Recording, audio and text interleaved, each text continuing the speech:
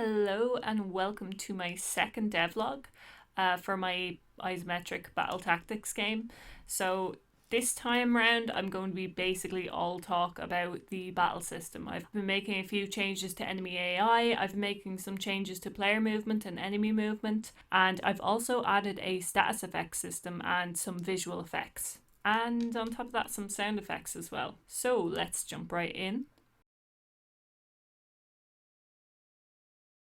So this is how old movement used to work, and you can see you can move side to side, up and down, and diagonally also. So it kind of looks like a big square because you can move 3 squares out diagonally, and it doesn't look that great of a movement square. It looks a bit unnatural, and it also makes the movement a little bit less interesting looking.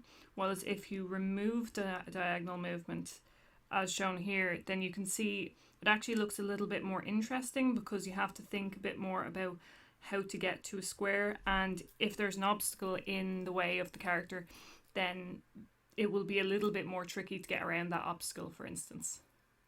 So as you can see, there is the little movement squares around the character. They look a bit different now. Before it was just a large square around the character, so they could go diagonally as well, but they can no longer move diagonally. And it accounts for heights as well. So if a height is 2 heights or more higher, then the player can't actually move up that high unless they find some kind of staircase up to it. So, and you can see in this example as well that some of the heights are blocked off, not as much as in the previous example, but the player can't actually move up 2 heights at once.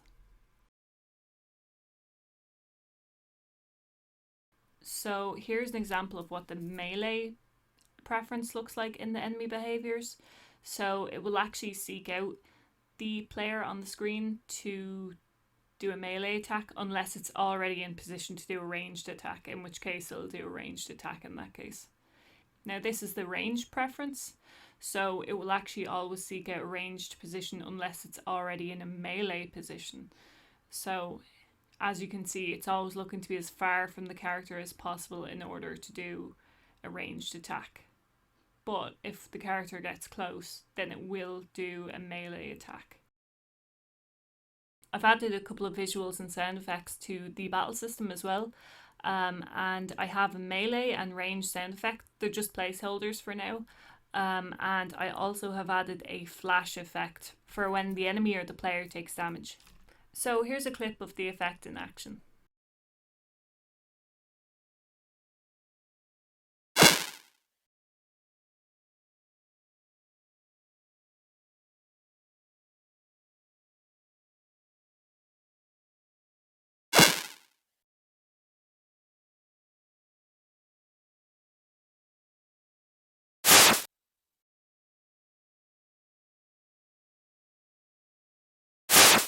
I also have a KO sound effect and a couple of different visual effects for the KO, depending on whether it's on an enemy or a party member.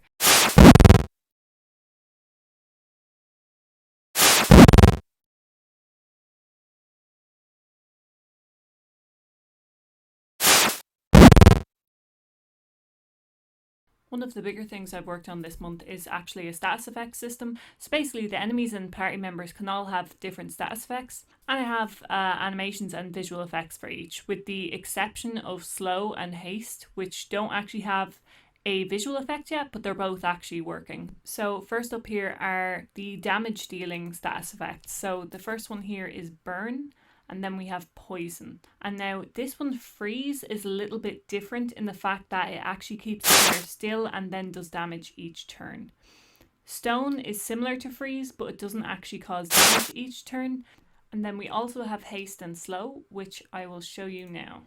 So you can see this is the normal amount of squares a player can move, so 3 squares of the player. But with slow, it reduces the squares by 1, so it can only move within 2 squares of the player.